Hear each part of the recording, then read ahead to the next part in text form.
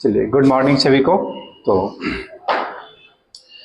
हम लोग ओशनिया महाद्वीप के बारे में इसमें पढ़ रहे हैं, और इसी ओशनिया महाद्वीप का जो नामकरण है वो ओशियन में होने के कारण ये किया गया है कि इसके जो 14 देशों का एक समूह है वो सब के सब कहां पर है, वो ओशियन के अंतर्गत है, प्रशांत महासागर के अंतर्गत है। इसीलिए इसको नाम दे दिया जाता है, ओशनियो महाद्वीप कहा जाता है। और इसी ओशनियो महाद्वीप के अंतर्गत जो आज के टॉपिक के बारे में हम लोग पढ़ेंगे, वहां पे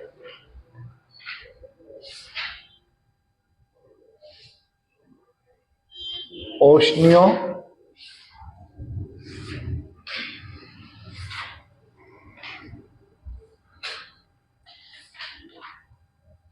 महाद्वीप।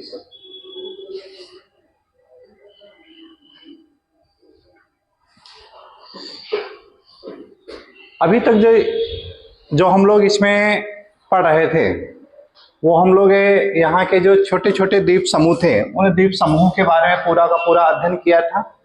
उसी में से एक द्वीप समूह था जिसे यानी नाम दिया गया था मेलानेशिया, नाम दिया गया था।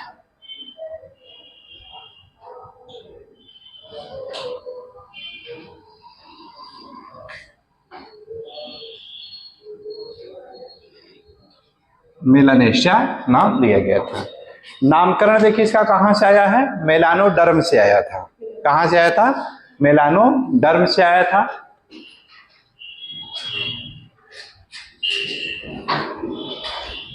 मेलानोडर्म का जो प्रयोग है कौन सा भूगोलवेत्ता है ये किया है, तो कोवियर महोदय ने किया था इसका। ये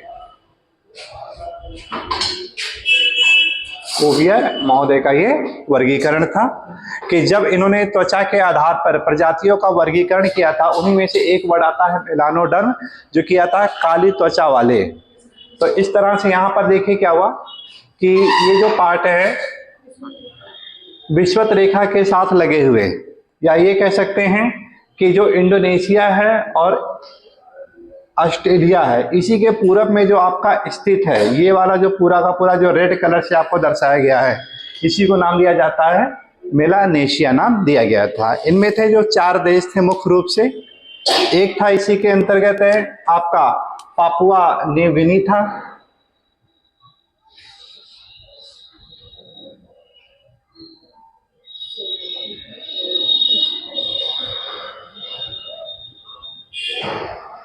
दूसरा देश जो आता है समूह वो आपका है ये सोलोमन द्वीप समूह,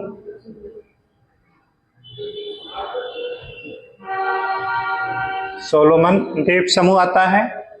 और सोलोमन के जो साउथ वाला जो पोर्शन था, इसी का जो नाम दिए थे हम लोग वनुआतु नाम था इसका। इसी का नाम क्या था? वनुआतु। और लास्ट में आपका जो है इसका नाम है फिजी।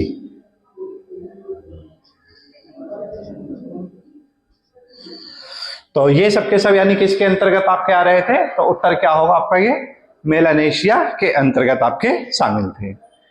मेलानेशिया के ठीक उत्तर वाला जो पोर्शन था उसी को नाम दिया गया था माइक्रोनेशिया, नाम दिया गया था।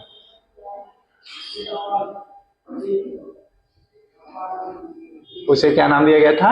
माइक्रोनेशिया द्वीप। तो माइक्रो का मतलब ही होता है क्या? सूक्ष्म। माइक्रो का मतलब क्या है? सूक्ष्म।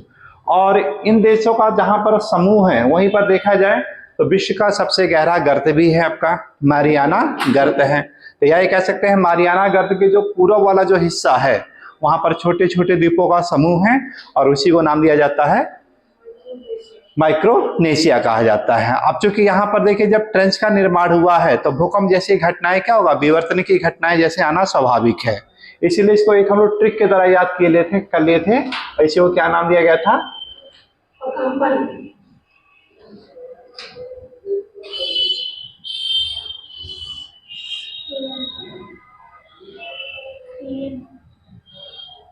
कंपन, इसी ट्रिक के द्वारा हम लोग नाम कर लिए थे, याद है, कंपन।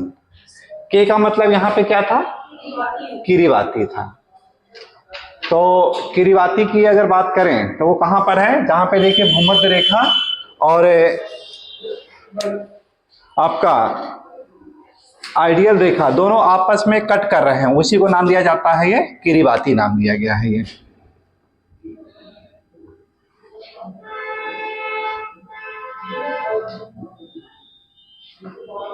किरीबाती। यहां पर देखें तो इसी के ठीक पश्चिम में आपका है ये नौरू।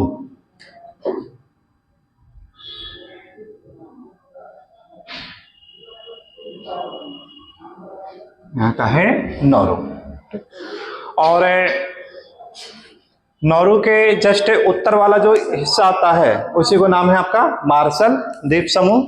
मार्शल,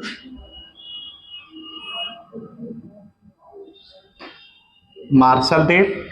मार्शल के ठीक जो आपका पश्चिम में है फेडरल ऑफ माइक्रोनेशिया।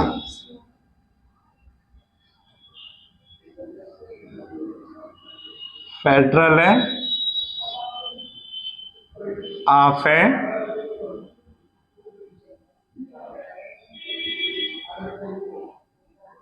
माइक्रोनेशिया, और इसके जो सबसे पश्चिम में आपका है उसका नाम क्या है, पलाऊ।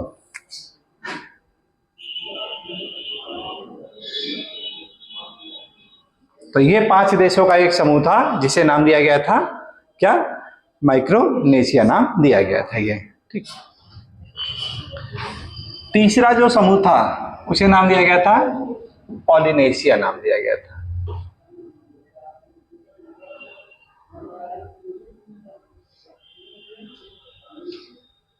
पॉलिनेशिया। और पॉलिनेशिया की जो अवस्थिति थी हम लोग क्या कहते हैं कि एक ट्रायंगल के रूप में था इसका, ऐसे ऐसे एक ट्रायंगल के रूप में आपका ये विस्तृत है। ये यहाँ पे देखा जाए तो आपका ये न्यूजीलैंड, ये आपका हवाई द्वीप, और ये आपका है ईस्टर, है ना, ईस्टर द्वीप, ठीक। तो इन द्वीपों में से देखा जाए तो 2 आपके हैं जो कि दूसरे के अधीन है आपका ये। जैसे ईस्टर द्वीप की बात करें तो ईस्टर कहाँ पर है, ये चिली के अधीन है आपका ये। और हवाई द्वीप है ये किसका है, यूएसए का अधिकार है। और न्यूजीलैंड आपका एक है स्वतंत्र देश के रूप में है ये। और इसकी लोकेशन अगर देखें हम लोग यहाँ पे, तो यहाँ देखिए आपका मिल जाएगा ये हवाई द्वीप समूह, और इस जगह पर मिलेगा आपको ये ईस्टर द्वीप मिल जाता है। और इसी को अगर एक ट्रायंगल के रूप में हम लोग डेवलप कर लें,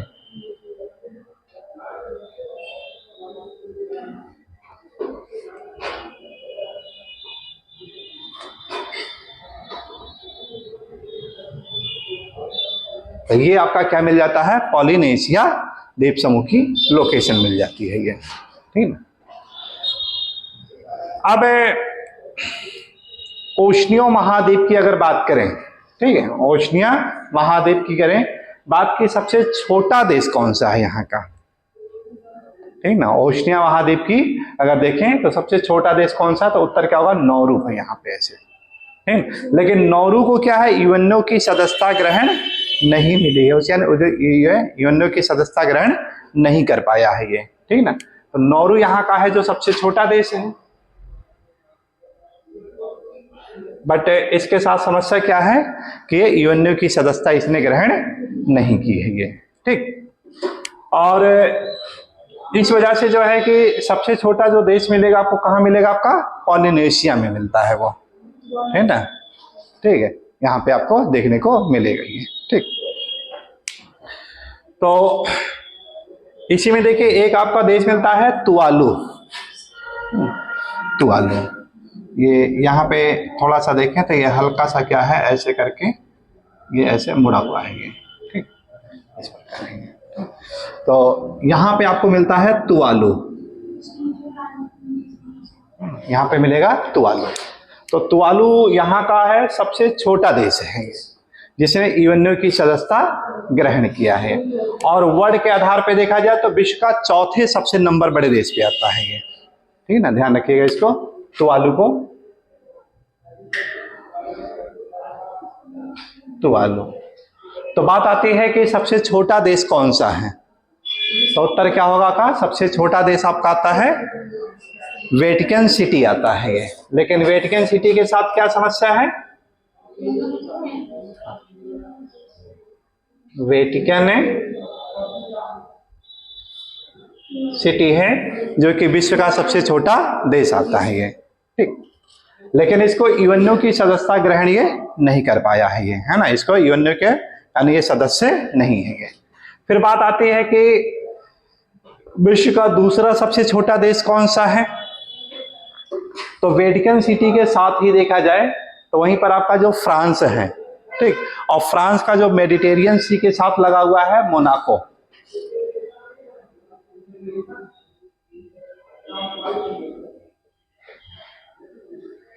ये क्या है, विश्व का दूसरा सबसे छोटा देश के रूप में आ जाता है ये, ठीक। और तीसरे नंबर पे आता आपका नौरू आता है, और चौथे नंबर पे आपका आता है तुवालू। तो देखिए हर तरीके से आपको इसको ध्यान में रखना है, ठीक। अब देखिए क्वेश्चन क्या क्या आ सकता है यहां से, कि अगर दे दिया जाए कि विश्व का सबसे छोटा देश बताइए, केवल डायरेक्ट अगर ये क्वेश्चन आता है तो उत्तर क्या बताएंगे आप लोग, वेटिकन सिटी। क्या उत्तर बताएंगे, वेटिकन सिटी।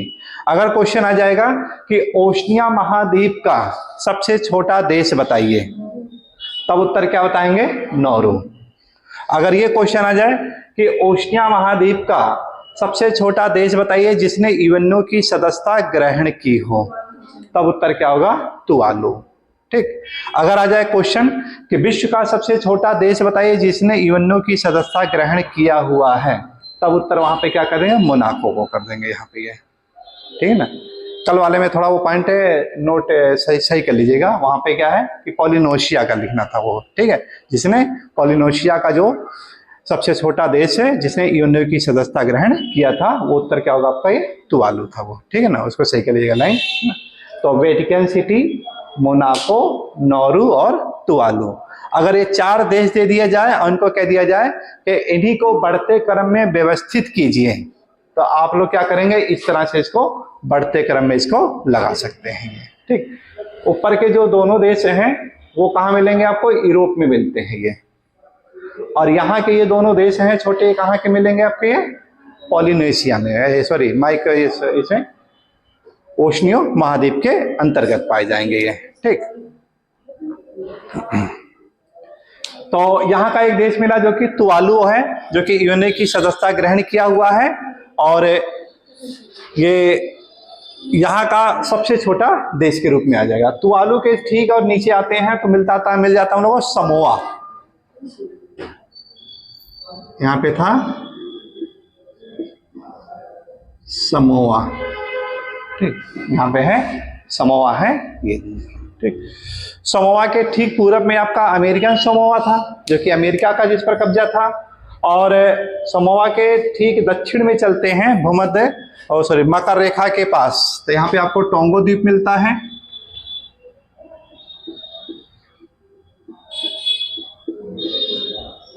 टोंगो द्वीप है, ठीक। और इसी टोंगो के पास देखा जाए तो विश्व का दूसरा सबसे गहरा गर्त आपको देखने को मिलेगा। टोंगो के ठीक पूरब की तरफ चले तो कुक मिलता है आपको, और इन दोनों के बीच में एक और आपका नुए, यहाँ पे बना लीजिएगा नुए, नुए, और इधर आपका मिल जाएगा ये कुक। तो 5 देशों का समूह आपको ये मिल जाता है। 5 देश आपके किस में आ जाते हैं, पॉलिनेशिया के अंतर्गत आ जाता है ये, ठीक। आज जो हम लोगों को पढ़ना है ऑस्ट्रेलेशिया के बारे में पढ़ना है, ठीक ना। आज जो पढ़ेंगे हम लोग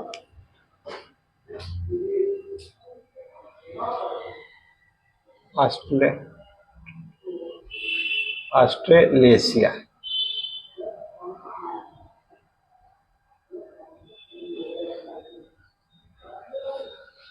फिर बात आती है ऑस्ट्रेलेशिया के अंतर्गत क्या क्या शामिल है, तो उत्तर क्या बताएंगे आप लोग, ऑस्ट्रेलिया और न्यूजीलैंड है, ऑस्ट्रेलिया और न्यूजीलैंड।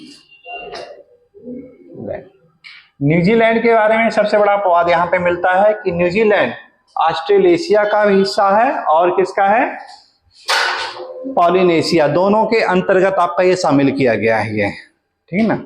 यहाँ पर क्या होगा कि न्यूजीलैंड दोनों के अंतर्गत आएगा। ऑस्ट्रेलिया के बारे में हम लोग पढ़ लिए थे कि ऑस्ट्रेलिया में कुल कितने प्रांत थे, तो उत्तर क्या थे आपके, 6 प्रांत थे वहां पे। और केंद्र शासित प्रदेशों की संख्या कितनी थी, 2, यानी आपके यूनियन टेरिटरी थे आपके यहाँ पे, ये 2 यहाँ पे यूनियन टेरिटरी था। और एक प्रांत था जो कि आपका ये पश्चिम में आपका इस तरह से व्यवस्थित था, इसी को क्या नाम दिया गया था, पश्चिमी एशिया नाम दिया गया था ये, और सॉरी पश्चिमी ऑस्ट्रेलिया नाम दिया गया था।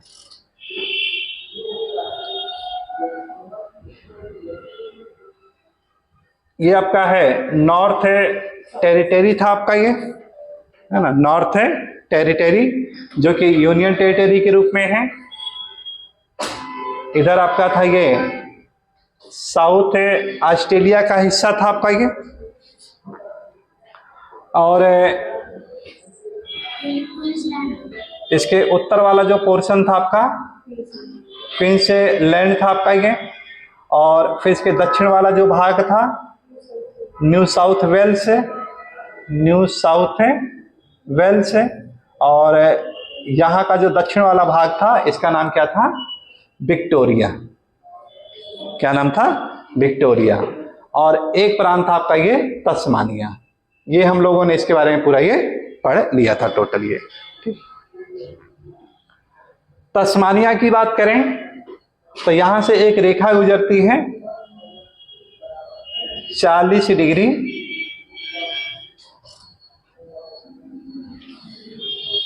दक्षिणी अक्षांश रेखा। कौन सी है, 40 डिग्री दक्षिणी अक्षांश रेखा। और इसी अक्षांश रेखा के द्वारा ये क्या हो रहा है, इससे अलग होता है ये, या दूसरे शब्दों में कह सकते हैं कि यहां से एक जल संधि गुजरती है,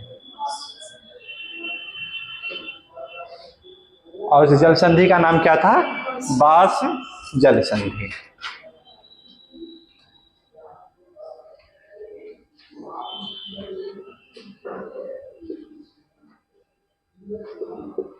और बास जल संधि क्या करती है कि तस्मानिया और विक्टोरिया के बीच में यानी विभाजन का कार्य करती है। तस्मानिया की राजधानी का क्या नाम बताया गया था, होबार्ट। इसकी राजधानी का नाम क्या है, होबार्ट। विक्टोरिया की राजधानी का नाम क्या है, मेलबोर्न, है ना। यहाँ की राजधानी का क्या नाम था, मेलबोर्न। तो इस तरह से क्या करता है कि ये 2 यानी बड़े नगरों के बीच का क्या है, एक विभाजन भी ये जल संधि ये करती है। तो बास जल संधि आपकी यहाँ पे थी आपकी। दूसरा देखिए, इसी से आपका मिलता जुलता जो नाम होता है उसे कहा जाता है बासी जल संधि।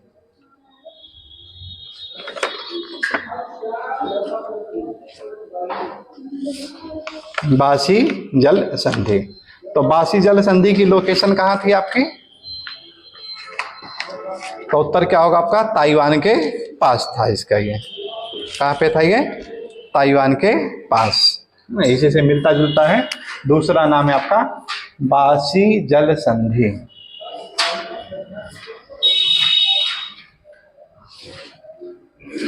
बासी जल संधि।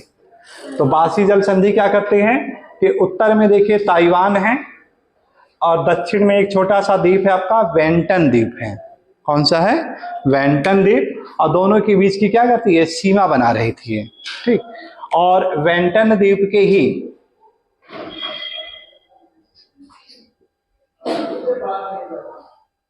वेंटन द्वीप के ही दक्षिण में आपका है लुजोन द्वीप है आपका, लुजोन द्वीप। और इन दोनों के बीच में फिर एक जल संधि है, उस संधि का क्या नाम है, लुजोन जल संधि था ये, ठीक। बहुत ही इंपॉर्टेंट है आपका ये लुजोन, ठीक। तो बास से ही आपका मिला एक बासी जल संधि। और बासी जल संधि कहां पे मिलेगा आपको, एशिया के अंतर्गत मिलता है, या ये कह सकते हैं दक्षिण चीन सागर के अंतर्गत था आपका ये। अब जो देखिए आज जो हम लोग ऑस्ट्रेलेशिया के बारे में पढ़ेंगे, तो ऑस्ट्रेलिया के बारे में पढ़ चुके थे।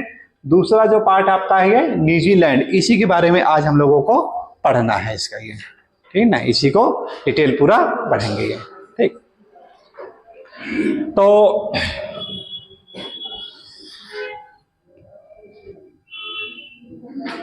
इस द्वीप की अगर बात करें कि कौन सा व्यक्ति है जो सबसे पहले यहां पर आया था,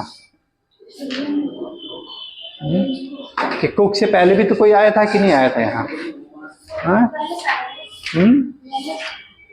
तस्मान है ना, यहाँ पर क्या है, तस्मान है, उससे पहले व्यक्ति ये आया था, ये आकर के चला गया था, कुछ इसके बारे में जानकारी वो नहीं दिया था, बस आया लौट करके वो चला गया है ये, ठीक है। वेलेस की बात करें तो 1859, तो वो तो बात की बात आ रही है ना। कुक है 1769 में आ रहे हैं यहाँ पे, ठीक ना। 1769 में न्यूजीलैंड है जो कि पहली यात्रा है, और दूसरी यात्रा आपकी इनकी ऑस्ट्रेलिया की थी वो, जो कि 1770 की थी वो, ठीक है। और तस्मान है इससे पहले आपके आ जाते हैं, उसी के नाम पे तस्मानिया वो पड़ा हुआ था ये नाम, ठीक।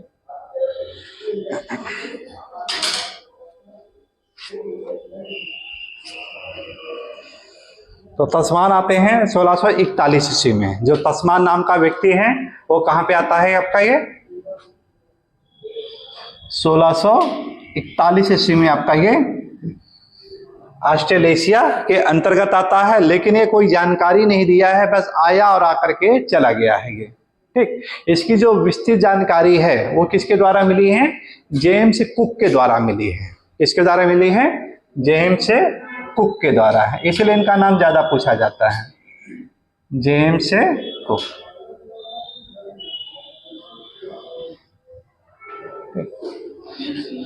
अब तस्मान नाम का जो व्यक्ति पहले आया, तो तस्मानिया नाम यहीं से पड़ गया था आपका, यहीं से क्या हो जाएगा आपका, तस्मानिया सागर।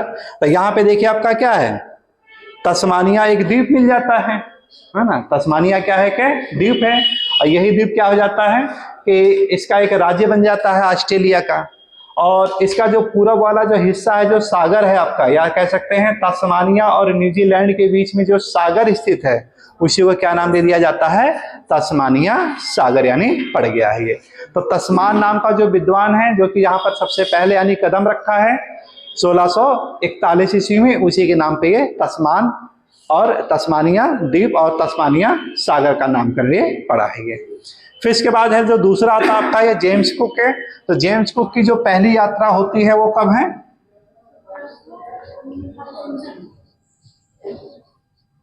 1769 में जब ये अपनी पहली यात्रा आई है।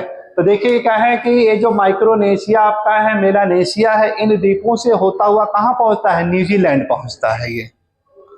और पहली यात्रा में इसको तो इतनी बुरी तरह से लूटा गया था कि इसके कपड़े उपड़े तक यानी नहीं छोड़े थे लोगों ने, ठीक। यहाँ की जो जनजातियां थी, माओरी और ये सब है, बिल्कुल नहीं छोड़े थे ये, ठीक। तो नंगे ही इसको यानी यहाँ तक कि भागना पड़ा एक तरह से, बिल्कुल ये हालात हो गया था ये। तो इस तरह से इसको जो द्वीपों थे, जो आपके मेलानेशिया, माइक्रोनेशिया, इन द्वीपों को क्या का नाम दिया था, संज्ञा जो दिया था, लुटेरो का द्वीप कहा था। क्वेश्चन जो कि आपकी आया हुआ है कि किसने लुटेरो का द्वीप कहा है, तो जेम्स कुक ने कहा है। फिर ये हिम्मत नहीं हारा, फिर ये है ना, सोचा कि जिसने मुझको लूटा है अब चल करके उनका देखें या नहीं, और इस तरह से उसने कार्य किया कि फिर जिंदगी भर देखे क्या है कि लूटा हुआ जो व्यक्ति है फिर दूसरों को यानी फिर लूटना शुरू कर देता है वो। तो दूसरी यात्रा है, फिर इसने 1 साल के बाद अपनी दूसरी यात्रा प्रारंभ की है 1770 ईस्वी में। और इस बार वो कहां पर आता है, वो ऑस्ट्रेलिया में आता है। और ऑस्ट्रेलिया में जो विक्टोरिया वाला क्षेत्र यहाँ पे आता है ये।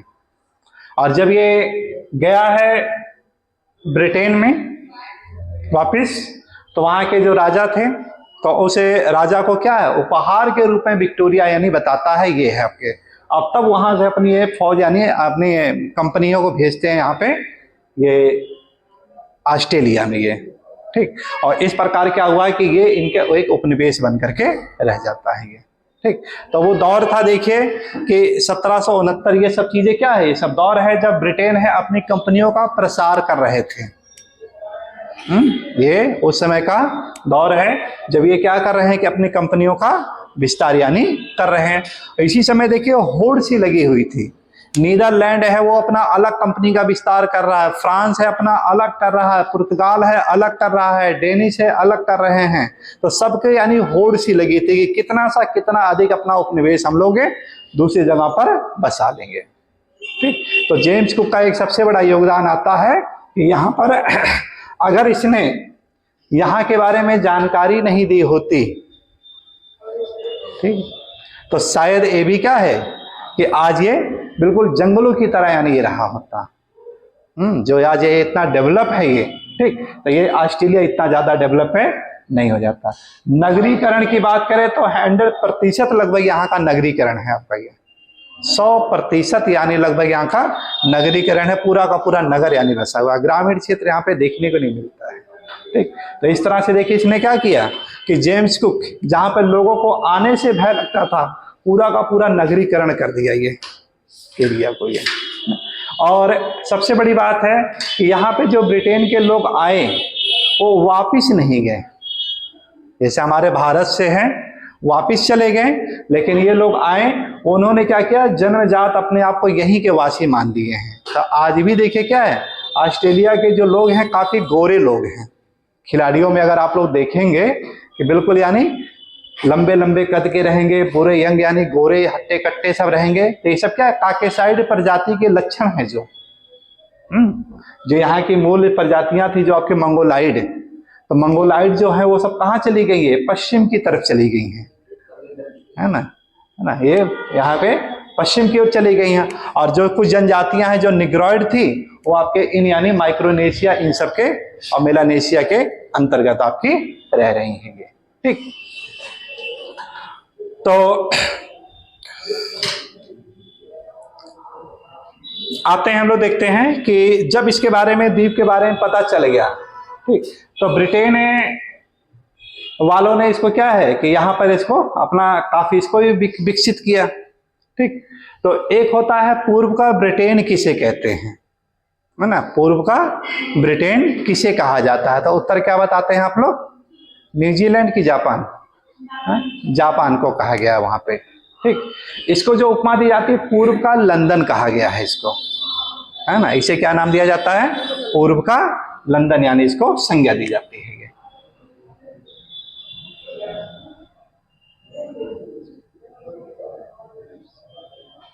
पूर्व का लंदन। ठीक। अब इसमें दो द्वीप हैं आपके, ये मुख्यतः जो बड़े बड़े हैं वो आपके हैं दो द्वीप हैं। तो एक है जो सबसे बड़ा द्वीप आपका है ये आपका उत्तर, और एक है आपका दक्षिण, या इसी को कह सकते हैं उत्तरी द्वीप और आपका है दक्षिणी द्वीप, यानी दो द्वीप यानी बड़े बड़े हैं आपके यहाँ पे। ठीक। और भी हैं छोटे छोटे, तो एक आपका है उत्तरी द्वीप है और दूसरा क्या आपका दक्षिणी द्वीप। इन द्वीपों को सबसे पहली बार जो पार करने वाला व्यक्ति था मध्य से, तो यही थे आपके जेम्स कुक। यही थे आपके जेम्स कुक ही थे, जो कि इसके मध्य से होकर के यानी ये पास हुए थे, गुजरे थे ये। तो इसलिए देखिए जब यहां से गए हैं तो इनके बीच में एक जल संधि है, तो उन्हीं के नाम पे आपका ये उसका नामकरण पड़ गया है, कुक जल संधि पड़ गया है ये। तो इन दोनों के बीच में आपका क्या है, कुक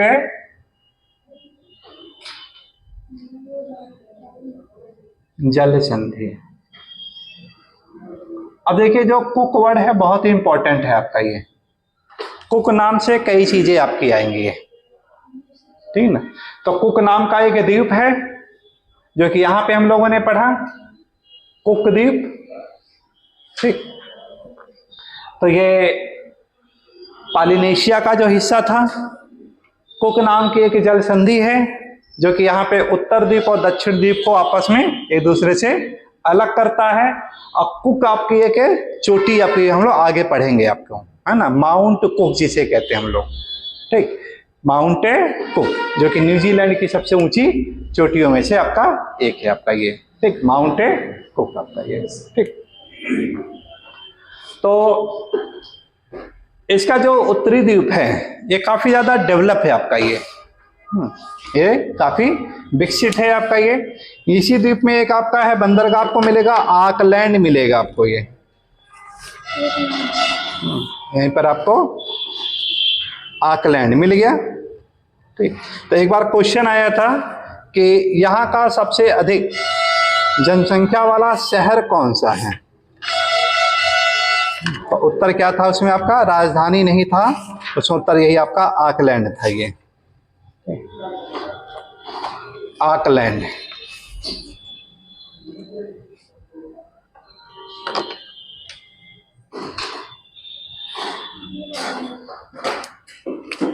यहीं पे इसको बना लीजिएगा ऐसे, ऑकलैंड।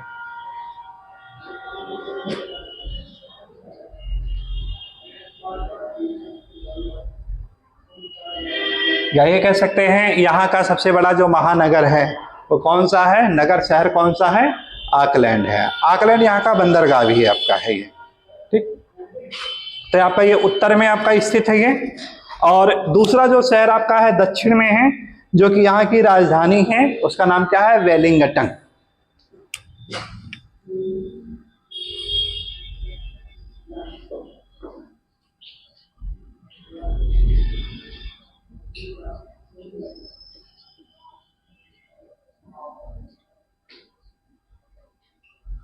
वेलिंगटन दूसरा यहाँ का आपका ये शहर है ये, ठीक। तीसरा जो सबसे प्रमुख शहर यहाँ का हैमिल्टन आपको मिलेगा। हैमिल्टन ये भी देखिए आपके उत्तरी द्वीप पर ही मिलेगा आपको ये।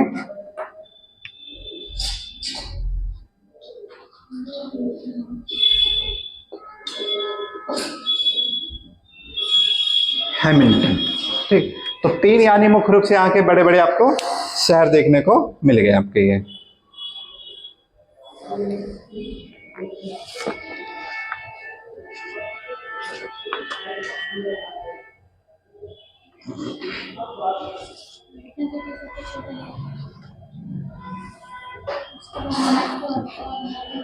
अब जब देखिए आती है यह बात है वेलिंगटन की बात आती है, तो ये सब तो बहुत ज्यादा इंपॉर्टेंट हो जाता है कि वेलिंगटन की यानी क्या क्या चीजें आपको देखने को मिलती हैं ये। तो वेलिंगटन नाम का एक द्वीप मिलेगा आपको ये। क्वेश्चन आपका आया हुआ है कि वनडे में एक बार पूछा गया था कहीं, ठीक, कि वेलिंगटन द्वीप कहां पर स्थित है। तो दक्षिण अमेरिका जब हम लोग देखते हैं तो दक्षिण अमेरिका में आपका एक देश है चिली, और चिली का जो सबसे दक्षिण वाला पार्ट है उसी के पश्चिम में जाइएगा तो आपको मिल जाएगा वेलिंगटन द्वीप। ओपन करिएगा दक्षिण अमेरिका का मैप आप लोग।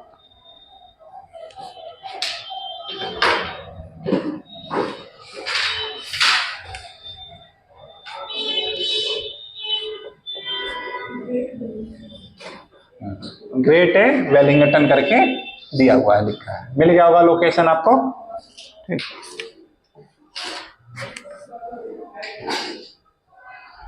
तो यहां से देखिए एक चीज क्या मिला आपको, वेलिंगटन नाम का एक द्वीप मिला।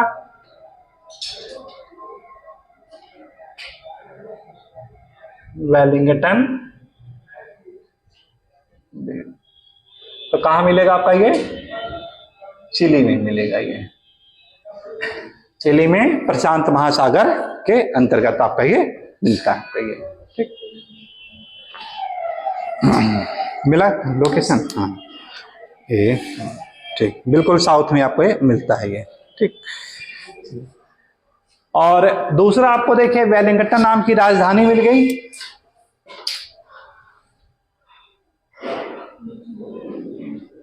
वेलिंगटन आपकी क्या है, एक कैपिटल है,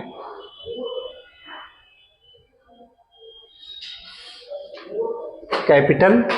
तो किसकी कैपिटल है ये, न्यूजीलैंड की राजधानी है। किसकी है, न्यूजीलैंड की राजधानी है, कैपिटल ऑफ न्यूजीलैंड। और इसके बारे में जो सबसे बड़ी विशेषता है कि विश्व की सबसे सदर्न मोस्ट जो आपकी कैपिटल है ये, ठीक ना। क्वेश्चन आपका ये भी आया हुआ, पूछा गया था कि बहुत इंपॉर्टेंट था कि विश्व का कौन सी राजधानी है जो सबसे दक्षिणतम आपकी स्थित है। तो उत्तर क्या बताएंगे आप लोग, वेलिंगटन आपका है ये।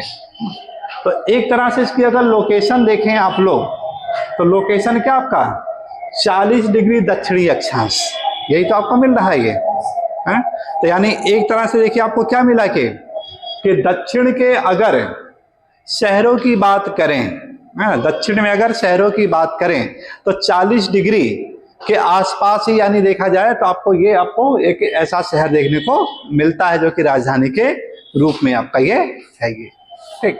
और लेकिन वही उत्तर की बात करें हम लोग, तो उत्तर में देखिए आपका क्या है कि विश्व की सबसे उत्तरतम राजधानी, विश्व की सबसे उत्तरतम राजधानी आइसलैंड की राजधानी, आइसलैंड की राजधानी क्या है? रिकजाविक। आइसलैंड की राजधानी क्या है? रिकजाविक। दोनों ही बहुत ही महत्वपूर्ण क्वेश्चन हैं। रिकजाविक, रिकजाविक की अगर लोकेशन देखें आप लोग तो आर्कटिक रेखा के आसपास आपको नजर आएगा ये। तो इससे देखिए क्या हो रहा है कि अगर अक्षांशीय दृष्टिकोण से देखें हम लोग तो अक्षांशीय दृष्टिकोण से उत्तरी गोलार्ध के जो महाद्वीपों का विस्तार ज्यादा है और दक्षिणी गोलार्ध में क्या है, इसका विस्तार कम हो रहा है। तो एक देखिए आपको एक प्रूफ मिल जाता है कि उत्तरी गोलार्ध में जो लैंड मास होगा वो ज्यादा होगा और दक्षिणी गोलार्ध में क्या होगा, वाटर मास क्या होगा, वो सबसे ज्यादा होगा ये, ठीक ना। तो यहां से एक आपको तुलनात्मक आपको अध्ययन भी मिल जाता है ये। तो दूसरा चीज आपका है कि वेलिंगटन आपकी एक कैपिटल है। फिर आपका है वेलिंगटन आपका डिफेंस एकेडमी भी है आपका ये डिफेंस एकेडमी भी है आपका ये। कहां पर है ये?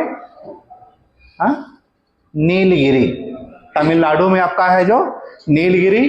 तो वेलिंगटन आपका डिफेंस एकेडमी का ट्रेनिंग सेंटर भी है आपका ये है।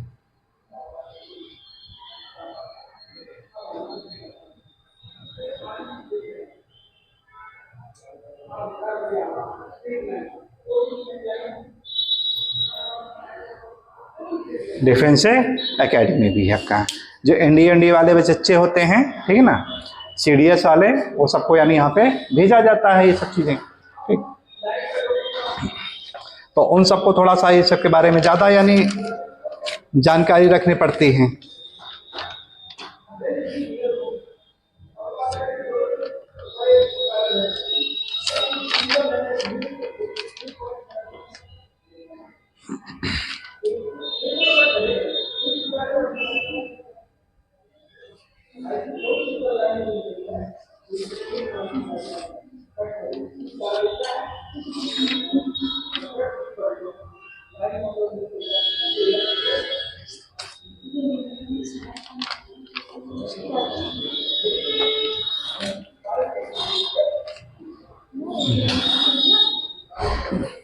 तो तीन चीजें आपको वेलिंगटन से मिल गए। इसके अलावा और देखा जाए तो वेलिंगटन आपका एक झील भी मिलता है, ये तमिलनाडु में है।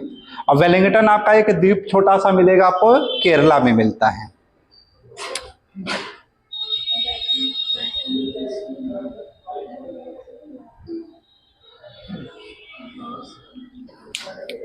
एक आपको देखिए मैप ये अगर आप लोग देखते मिल जाता है कि नहीं, इसका लोकेशन देखिएगा।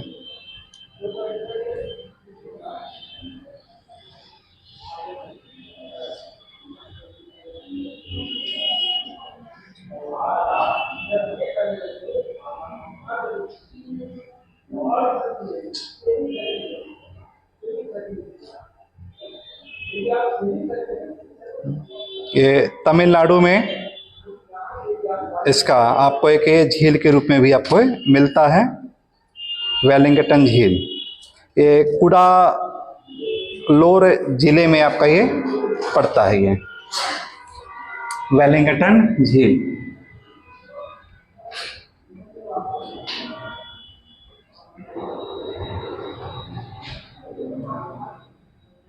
कुडालोर, ठीक है ना। वेलिंगटन झील कहाँ पड़ता है आपका? कुडालोर जिले के अंतर्गत आपका है।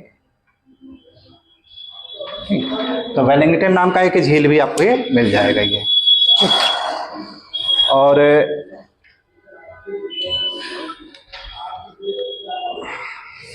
देखिए उसमें तो मिलना नहीं चाहिए, वैसे ढूंढिएगा देखिए, और बड़े वाले में अगर उसके मैप में मिल जाए तो ठीक है।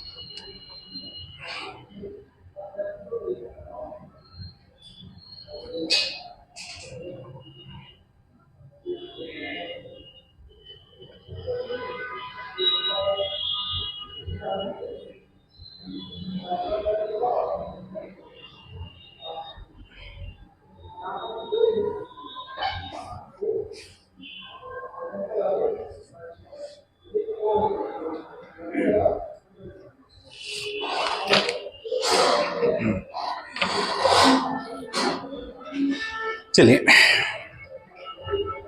ठीक, तो इस तरह से वेलिंगटन को आपको ध्यान में रखना है, ये ठीक है ना, कि वेलिंगटन से काफी चीजें आपको देखने को मिल रही है।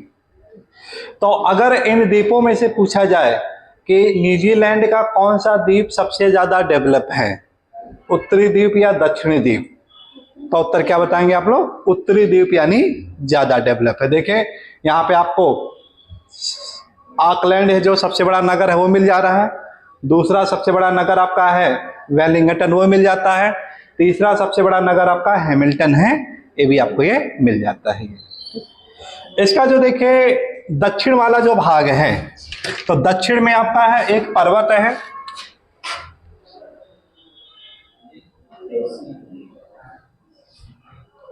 और इसी को नाम दिया जाता है दक्षिणी आल्प्स पर्वत। इसी क्या नाम है? दक्षिणी आल्प्स पर्वत।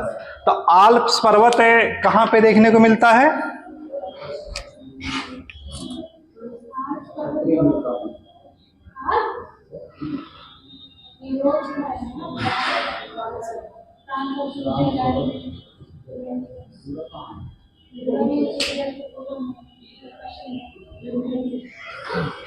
आल्प्स पर्वत है, बढ़िया से तैयार कर लीजिएगा, जो आपका ऑस्ट्रिया वाला है, ऑस्ट्रिया न्यूजीलैंड स्विट्जरलैंड वाला, ठीक है, उसको बढ़िया से तैयार कर लीजिएगा। क्वेश्चन आते हैं अब खूब, यानी आपको कंफ्यूजन होगा उसमें, दक्षिणी आल्प्स पर्वत, आपलेशियन पर्वत, ठीक, तीनों में यानी डिफरेंसेस से जानते रहिएगा ये।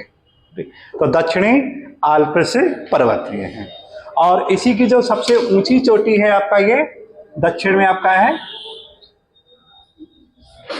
माउंट कुक है। यहाँ की जो सबसे ऊंची चोटी है उसका नाम क्या है? माउंट कुक आपका है ये।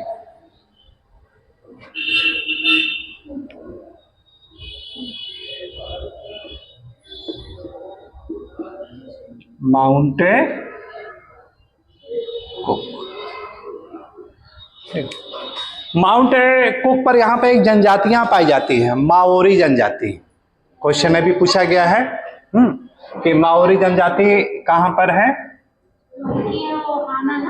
हाँ? हाँ, चर्चा में हाना क्या है वहाँ पे?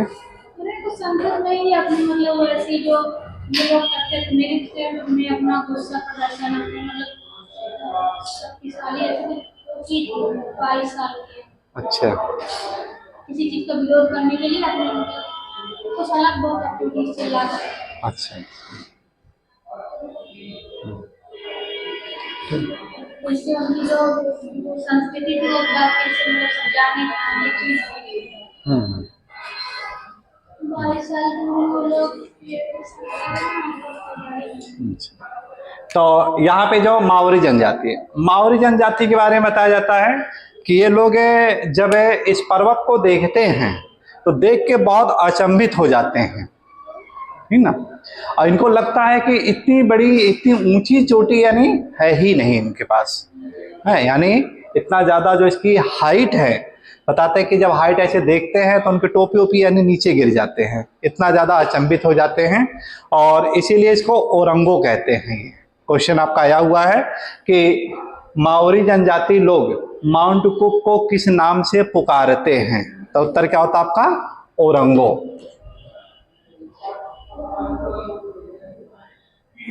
ओरंगो, ओरंगो का मतलब क्या होता है, मेघ छेदन, मतलब वहां पे बादल इतना ज्यादा है क्योंकि चारों तरफ समुद्र है, बादल इतने नजदीक हैं वो, ठीक, लगता है कि पूरे बादल को क्या कर रहे हैं, छेद कर यानी वो ऊपर की ओर निकल रहे हैं ये, ठीक। तो इससे यानी ये तुलना यानी ये है, ये तो इनके कल्चर में आपको देखने को मिलता है कि माओरी जनजाति, और माओरी जनजाति इसी को क्या नाम दिया जाता है, ओरंगो कहते हैं। ओरंगो का अर्थ क्या है, मेघ छेदन, ठीक, कि माउंट को क्या है, मेघ यानी बादल को फाड़ता हुआ यानी आगे निकल जा रहा है ये, ठीक, तो उसी को नाम दिया गया है ओरंगो आपका ये है ये, ठीक।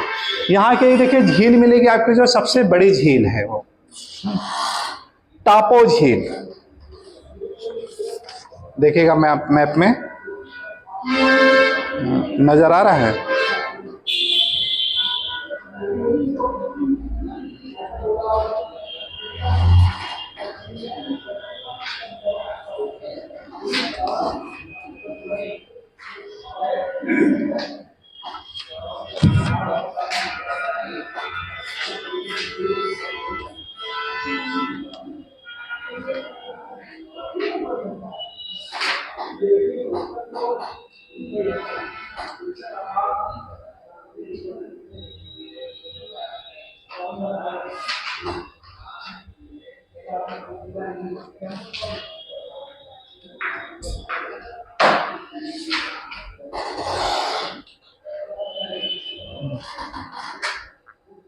तो बताया जाता है कि यहाँ पे टापो नाम का है, ज्वालामुखी का उद्गार भी होता था, ठीक, और उसी के क्रेटर के द्वारा ये निर्मित झील थी ये, उसी के निर्मित झील है। तो उत्तरी जो द्वीप है यहाँ पे, इसी में आपका है यहाँ की सबसे गहरी, देखिए उसमें फिगर में हल्का सा नाम तो नहीं लिखा होगा, केवल बना हुआ है फिगर में से, टापो झील, टापो झील यहाँ की सबसे बड़ी झील है ये, टापो झील। और इसका जो पश्चिम वाला जो हिस्सा है ये, सॉरी इसके जो पश्चिम में पूरब वाला जो हिस्सा है ये दक्षिणी आल्प्स का, ये यहाँ का जो भाग है मैदानी क्षेत्र है ये। क्वेश्चन आया था इस पे भी कि यहाँ के जो विशाल मैदान है उसको किस नाम से जाना जाता है, तो कैंटनबरी, किस नाम से है, कैंटनबरी।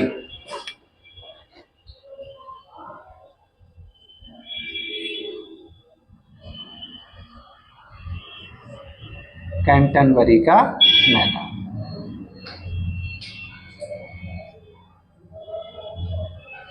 और जब देखिए यहाँ से 40 डिग्री दक्षिणी अक्षांश रेखा जब गुजर रही है तो यहाँ की जलवायु कैसी होगी, शीतोष्ण होगा, टेम्परेट यानी क्लाइमेट पाई जाएगी, श्योर है, ठीक। तो एक तरह से देखिए क्या है कि जब भी आप अक्षांश रेखाओं को, जब भी कोई भी यानी रीजनल क्षेत्र देखिए तो वहाँ के अक्षांशी क्षेत्रों को जरूर देखा करिए आप लोग, ठीक। और अक्षांशी क्षेत्रों से क्या हो जाएगा आपका, ये पता चल जाएगा कि वहाँ की क्लाइमेट कैसी है, वहाँ की क्लाइमेट कैसी है। तो उत्तर क्या होगा आपका, टेम्परेट क्लाइमेट यानी यहाँ की देखने को मिलती है। टेम्परेट का मतलब क्या है, शीतोष्ण, मतलब यहाँ पे शीतल, शीत भी रहता है और उष्णता भी रहती है। तो शीत यहाँ पर कब रहेगी आपकी, जून के महीने में रहती है, और उष्णता कब रहती है यहाँ पे, दिसंबर के महीने में आपको देखने को मिलती है। तो ठीक। और शीतोष्ण जो क्लाइमेट होता है ये क्या होगा, कौन सी फसल के उत्पादन के लिए सबसे ज्यादा महत्वपूर्ण होता है, तो उत्तर क्या होगा, गेहूं और जौ जैसे यानी फसलों के लिए काफी ज्यादा उत्पादन यानी होता है। यही कारण है कैंटनबरी का जो मैदानी क्षेत्र है ये खाद्यान्न फसलों के लिए यानी प्रसिद्ध है आपका ये।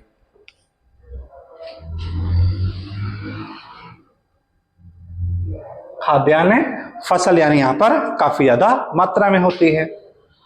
और शीत ऋतु भी है, तो शीत ऋतु के लिए क्या करेंगे कि ऊनी वस्त्र चाहिए इनको ज्यादातर मात्रा में, और ऊनी वस्त्र के लिए क्या करेंगे, अब ये लोग भेड़ का पालन करेंगे। तो इनका जो मुख्य व्यवसाय क्या होता है, भेड़ पालन होता है। तो माओरी जनजातियां जो होती हैं ये लोग क्या करते हैं, ये भेड़ों का यानी ये पालन यानी कार्य करते हैं ये।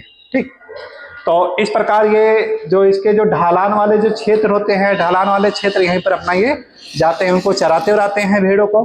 ठीक, और फिर इसके बाद जब भेड़ ओल्ड एज में हो जाएंगे, जब ऊन का उत्पादन उनसे नहीं हो पाता है, तो फिर क्या करेंगे, उसका मांस के रूप में प्रयोग भी करेंगे। ठीक, तो एक तरह से भेड़ का सबसे ज्यादा मांस का निर्यातक के रूप में देखा जाए तो आपका ये न्यूजीलैंड का मुख्य रूप से। तो इसी देखिए इनका एक बिजनेस यानी पता चल जाता है कि खाद्यान्न से रिलेटेड एक तो ये हो जाता है, और दूसरा क्या होगा आपका भेड़ पालन है। ठीक, और तीसरा आपका उसके मांस से संबंधित है आपका ये। ठीक, तो इस प्रकार ये है कि इसके मांस निर्यात में भी यानी काफी ज्यादा महत्वपूर्ण भूमिका होती है ये।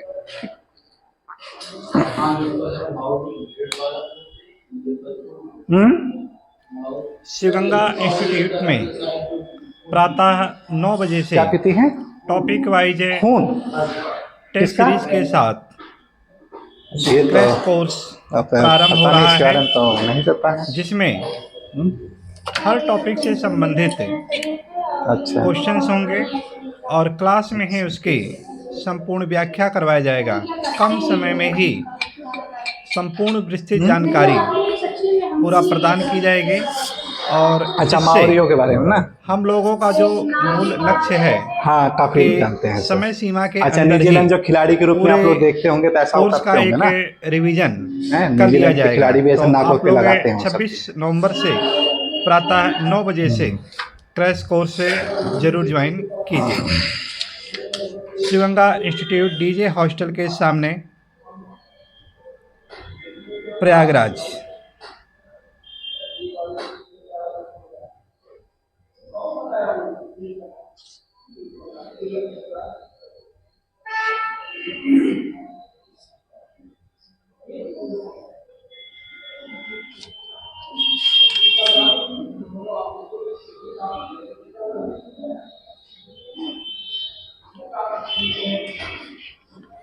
एक यहाँ का जो शहर मिलता आपको है डुनेडिन, काफी महत्वपूर्ण आपका ये डुनेडिन, ये साउथ में मिलेगा आपको ऐसे।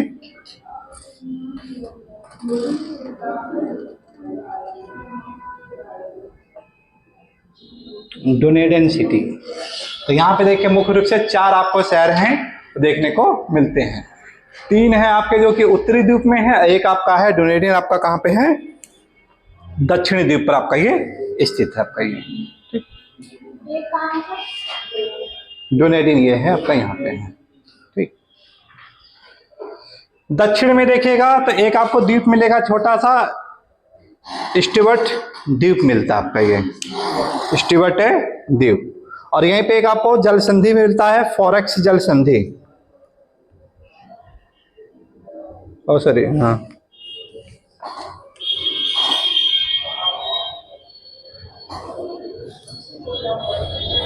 फॉरेक्स से जल संधि, यहाँ पे एक छोटा सा द्वीप मिलता है।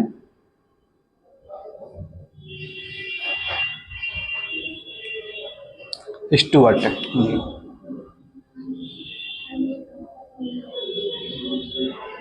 स्टुअर्ट द्वीप, और स्टुअर्ट द्वीप है एक जल संधि के द्वारा इससे अलग हो रहा है ये। कौन सी जल संधि है आपका, फॉवेक्स से जल संधि है।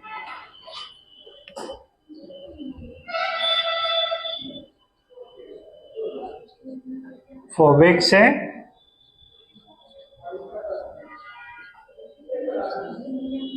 जल संधि के द्वारा ये अलग होता है। ये टॉपिक वाइज टेस्ट के साथ ज्योग्राफी का 26 तारीख से टेस्ट सीरीज और संपूर्ण व्याख्या के साथ क्रैश कोर्स प्रारंभ हो रहा है। तो 26 नवंबर प्रातः 9 बजे से ज्योग्राफी का क्रैश कोर्स प्रारंभ हो रहा है। कृपया आप लोग जरूर आइए। चलिए देखते हैं आगे हम लोग। इसके बाद ऑस्ट्रेलेशिया की जलवायु, या ये कह सकते हैं ऑस्ट्रेलिया और न्यूजीलैंड में किस प्रकार की क्लाइमेट पाई जाती है, उसके बारे में हम लोग पढ़ते हैं। तो यहां पे देखा जाए, ये आपका है भूमध्य रेखा, और इसके उत्तर में आपका ये कर्क रेखा, और ऑस्ट्रेलिया के मध्य से गुजर रही है आपकी मकर रेखा। और 0 से 5 डिग्री उत्तर और दक्षिण, यहां पे देखिए जो पेटी पाई जाती है डोल्ड्रम की पेटी पाई जाती है, या ये कह सकते हैं जो ITC-Z बनता आपका वो इस स्थान पर आपका ये बनेगा आपका ये। और यहां से जो चलने वाली जो पवन होती हैं,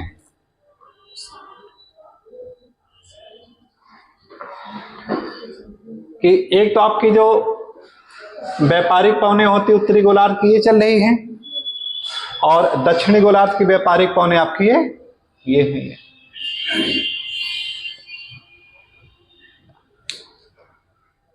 लेकिन जब देखिए पेटियों का खिसकाव हो जाता है, जब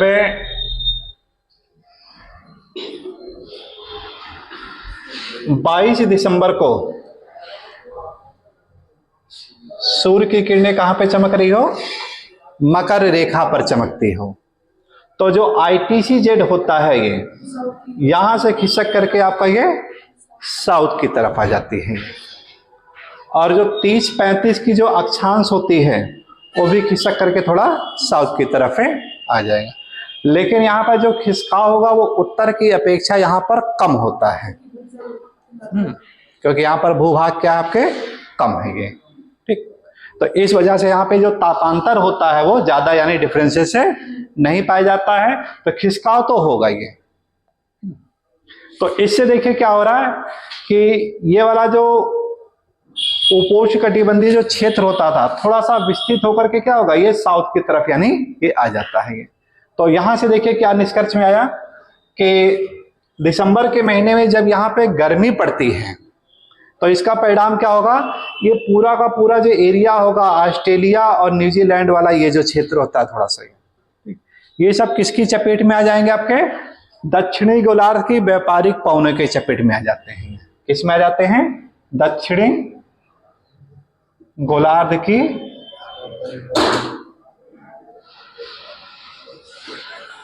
व्यापारिक पवन के प्रभाव में आ जाएंगे। और जब इसके प्रभाव में आ जाएंगे तो ये क्या करेंगे कि यहां पे आपका है एक सागर है, कोरल सागर। कौन सा सागर था, कोरल सागर। और यहां पे आपका है तस्मान सागर, और जो कि हिस्सा किसके हैं, ये आपके प्रशांत महासागर के ही पार्ट हैं ये। तो ये आर्द्रता ग्रहण करके यहां पे जो स्थित है आपकी ये ग्रेट डिवाइडिंग रेंज,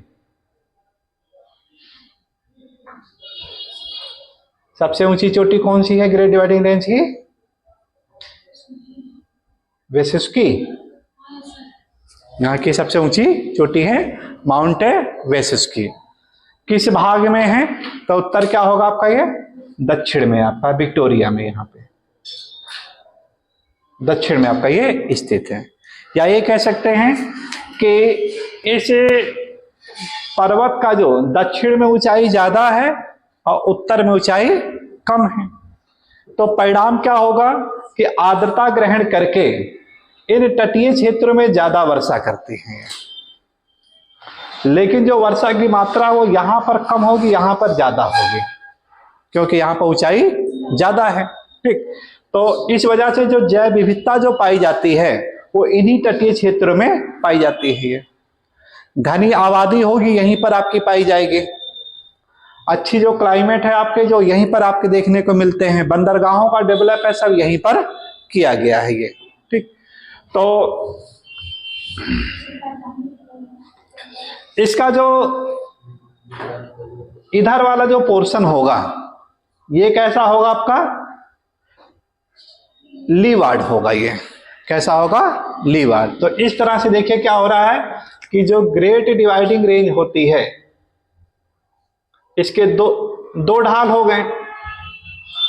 एक कौन सा हो गया, पूर्वी ढाल, और एक हो गया पश्चिमी ढाल। तो पूर्वी जो ढाल होगा वो क्या होगा, विंडवार्ड के अंतर्गत आता है। विंडवार्ड का हिंदी क्या होगा आपका, पवनमुखी ढाल कहते हैं इसी को, पवनमुखी ढाल कहते हैं। लेकिन इसका जो पश्चिम वाला जो ढाल होता है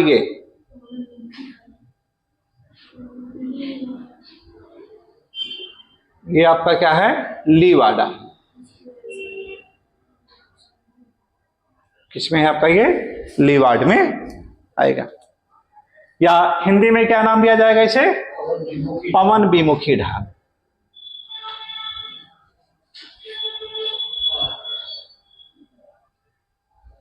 पवन विमुखी ढाल। तो ये वाला जो क्षेत्र होगा आपका वर्षा विहीन होगा, या वृष्ट छाया प्रदेश कहते हैं इसी को, वृष्ट छाया प्रदेश।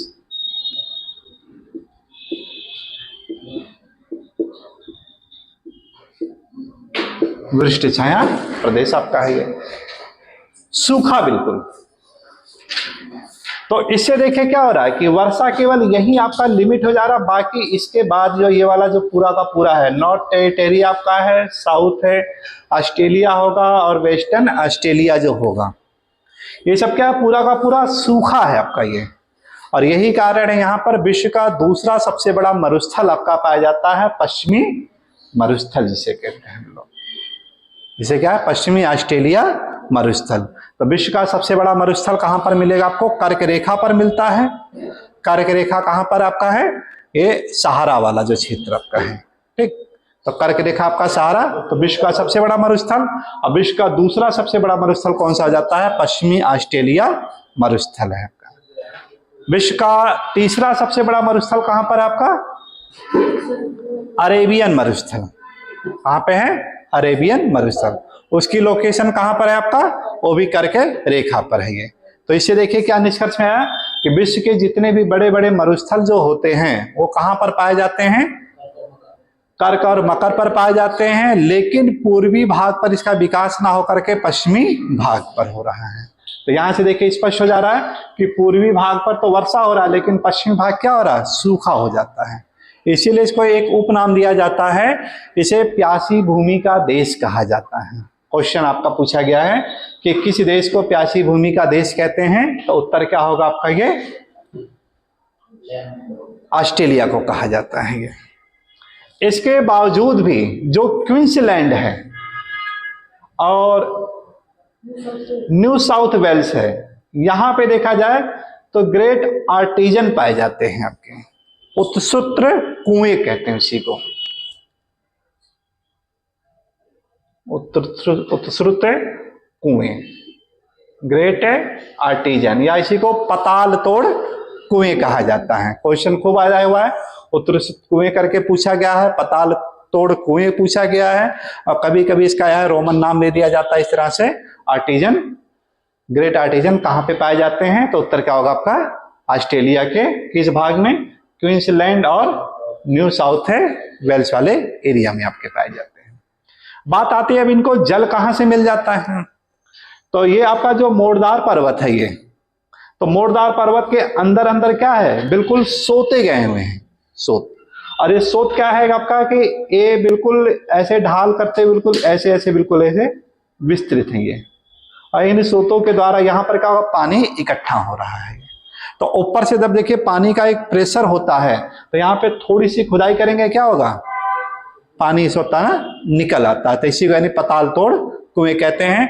2-3 मीटर की खुदाई करते हैं, वहीं पर क्या होगा, तुरंत यानी पानी मिल जाता है। तो यानी प्यासी भूमि के बावजूद भी इस एरिया में देखिए क्या हो रहा है कि यहाँ पे पानी की समस्या नहीं हो पाती है। पानी की समस्या देखिए कहाँ से हो रही है, नॉर्थ टेरिटरी और साउथ ऑस्ट्रेलिया से शुरू होता है। तो इस प्रकार देखिए यहाँ का जो सबसे घनी आबादी वाले जो क्षेत्र हो जाते हैं, क्वींसलैंड, विक्टोरिया और न्यू साउथ वेल्स, यानी ये सब क्या है, घनी आबादी वाले क्षेत्र आ जाते हैं। लेकिन इधर क्या होगा, आपकी जनजातियां पाई जाती हैं। कौन सी जनजातियां पाई जाती है, एमू, जो क्वेश्चन आपका आया हुआ है ना, एमू यहाँ पर भी देखने को मिलता है। एमू की एनू है, एनू है शायद, हाँ एनू है, ठीक है ना, एनू जनजाति, वो एमू करके है वो। तो इससे देखिए क्या है कि आपका एक क्लियर हो गया कि यहाँ पे किस प्रकार की क्लाइमेट देखने को मिलती है।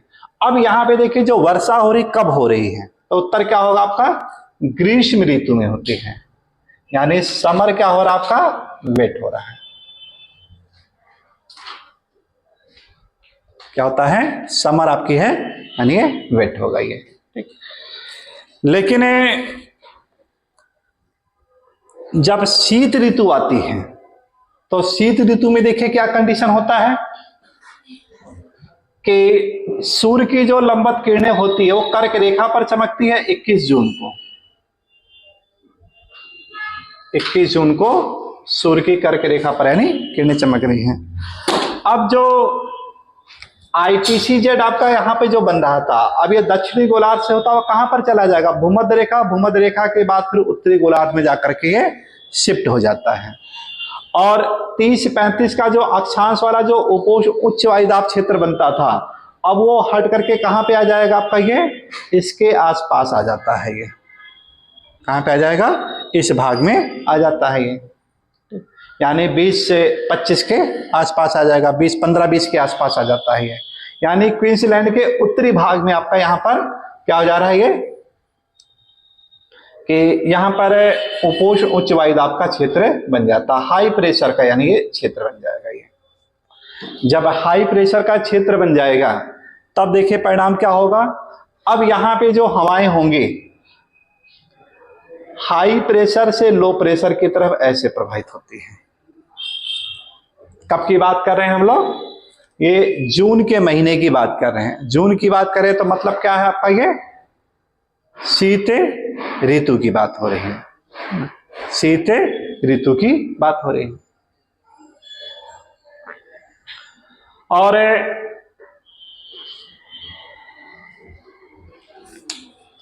जब ये हाई प्रेशर से लो प्रेशर की तरफ चलेंगे तब परिणाम क्या होगा, दक्षिणी गोलार्ध में किधर मुड़ जाती है हवाएं, लेफ्ट हैंड साइड। इसका राइट आपका ये हो जाएगा और लेफ्ट आपका ये हो जाएगा, यानी हवाओं का रुख क्या हो जाएगा, ये हो जाएगा। हवा का रुख है ये हो जाता है। यानी इस तरह से देखिए क्या निष्कर्ष में आया कि इस क्षेत्र में देखा जाए तो शीत ऋतु में ये हवाएं चली है, शीत ऋतु में ये चल रही है। और जब इस प्रकार की हवाएं चली तो परिणाम क्या होगा आपका, कि जो आर्द्रता जो ग्रहण करेगी वो हिंद महासागर से ग्रहण की, और जैसे जैसे यहां पे जो पठारी क्षेत्र की बात किए थे हम लोग, तो इन पठारी क्षेत्रों से टकरा कर क्या होगा, वर्षा करेगी। और ये वाला जो क्षेत्र होगा यहां पर, यहां यानी शीत ऋतु में ज्यादातर वर्षा होती है। पर्थ वाला एरिया आपका है, कहां पर है, पर्थ वाला एरिया। तो पर्थ किसकी राजधानी थी, पश्चिमी ऑस्ट्रेलिया की। तो इस क्षेत्र में देखिए जो क्लाइमेट पाई जाएगी वो क्या होगा आपका, शीत ऋतु में यानी वर्षा होगी आपकी, कैसी होगी? शीत ऋतु आर्द्र होती है वो, ठीक। और अक्षांश कौन सा आपका है? मध्य अक्षांश है आपका ये। कैसा आपका ये? मध्य अक्षांश वाला एरिया है, यानी इस तरह से क्या होगा? सी, ठीक। समर देखिए आपका ड्राई था, क्योंकि समर में वर्षा किधर हो रही थी? पूर्वी भाग में हो रही थी। पश्चिमी भाग आपका सूखा रह जा रहा था। तो इस तरह से इसको CS के द्वारा डिनोट कर देते हैं हम लोग, यानी समर ड्राई होगा और विंटर क्या होगा? आर्द्र होता है। और इसी प्रकार की जलवायु को कोपेन ने क्या नाम दिया था? भूमध्य सागरीय जलवायु कहा था ये। तो इस प्रकार देखिए क्या हो रहा है कि पर्थ वाले एरिया में आपकी कौन सी क्लाइमेट पाई जाती है? भूमध्य सागरीय जलवायु यानी देखने को मिलती है ये।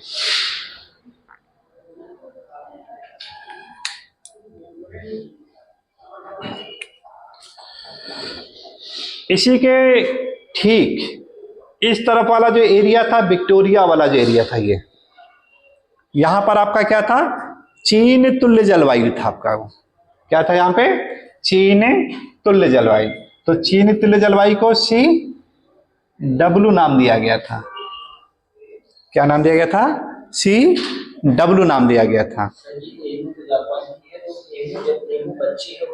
अच्छा, एमू पक्षी है ना वो, ठीक। हाँ, पक्षी का नाम सही है ना, एमू पक्षी है वो, जापान में, यहाँ का, ऑस्ट्रेलिया का है ना। तो CW यहाँ की क्लाइमेट आपकी है ये। और जो इसी CW को कोपेन ने क्या नाम दिया गया था? चीन तुल्य जलवायु प्रदेश। चीन तुल्य जलवायु प्रदेश।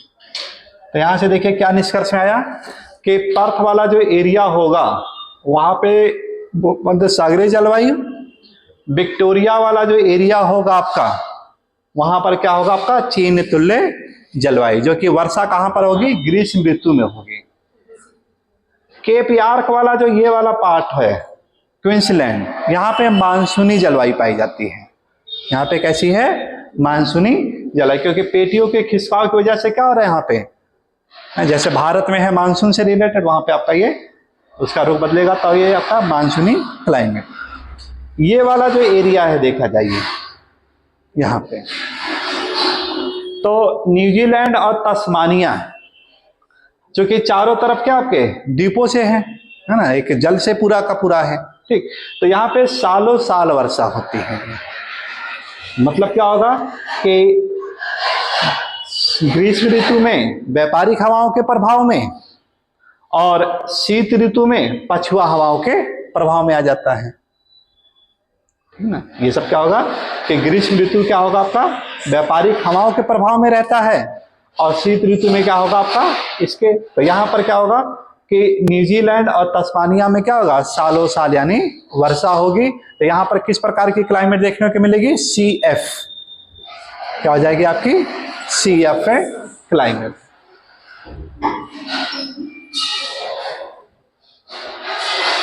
पश्चिमी यूरोप तुल्य जिसे कहते हैं हम लोग। कैसा आपका ये? पश्चिमी यूरोप तुल्य जलवायु देखने को मिलती है ये। तो पश्चिमी यूरोप की बात करते हैं, ब्रिटेन से ले लेते हैं हम लोग बात। किससे लेते हैं? ब्रिटेन। तो ब्रिटेन में भी यही आपकी क्लाइमेट आपकी आ रही है कि सालों साल आर्द्रता रहती है वहां पे। तो पश्चिमी यूरोप तुल्य जलवायु वहां पर है, पश्चिमी यूरोप तुल्य जलवायु आपकी इस एरिया में भी आपको देखने को मिल रही है। तो क्लाइमेट क्या है? जनजीवन काफी ज्यादा मिलता जुलता है। तो जैसे वहां पे देखे लंदन नाम का डेवलप था, विकसित किया गया, इसी तरह से यहाँ पे ऑकलैंड और वेलिंगटन को डेवलप किया गया है। तो इसीलिए इसको पूर्व का लंदन यानी नाम दे दिया जाता है ये। तो ये यानी यहाँ की विशेष प्रकार की ये क्लाइमेट है जो कि देखने को मिलती है ये। यहाँ पे जो जलवायु है दो हवाओं का यानी प्रभाव यानी मिलेगा आपको ये, ठीक। एक है पछुआ हवाएं, तो दूसरा आपका है व्यापारिक हवाओं का प्रभाव पड़ता है। तो व्यापारिक हवाओं का प्रभाव कब रहता है आपका? दिसंबर के महीने में रहता है। और पछुआ हवाओं का प्रभाव कब रहेगा? जून के महीने में रहेगा ये। तो मंथ यानी समय को थोड़ा सा ध्यान में रखिएगा, उलझाता है खूब क्वेश्चन आपके समय को दे करके ये, ठीक, कि आपको कॉन्सेप्ट पता है कि नहीं सूर्य का उत्तरायण और दक्षिणायन से रिलेटेड, ठीक। इससे ज़्यादा और इसमें कुछ भी नहीं जानना है ये, है ना। तो इसको नोट कर लेते हैं यहाँ की क्लाइमेट से रिलेटेड। प्रत्येक रविवार सुबह 10 बजे शिवगंगा एकेडमी में टीजीटी पीजीटी से संबंधित टेस्ट सीरीज ज्योग्राफी का प्रारंभ है, जिसका संपूर्ण व्याख्या भी करवाया जाएगा। तो आप लोग सुबह ज़रूर आइएगा। प्रत्येक रविवार को ये टेस्ट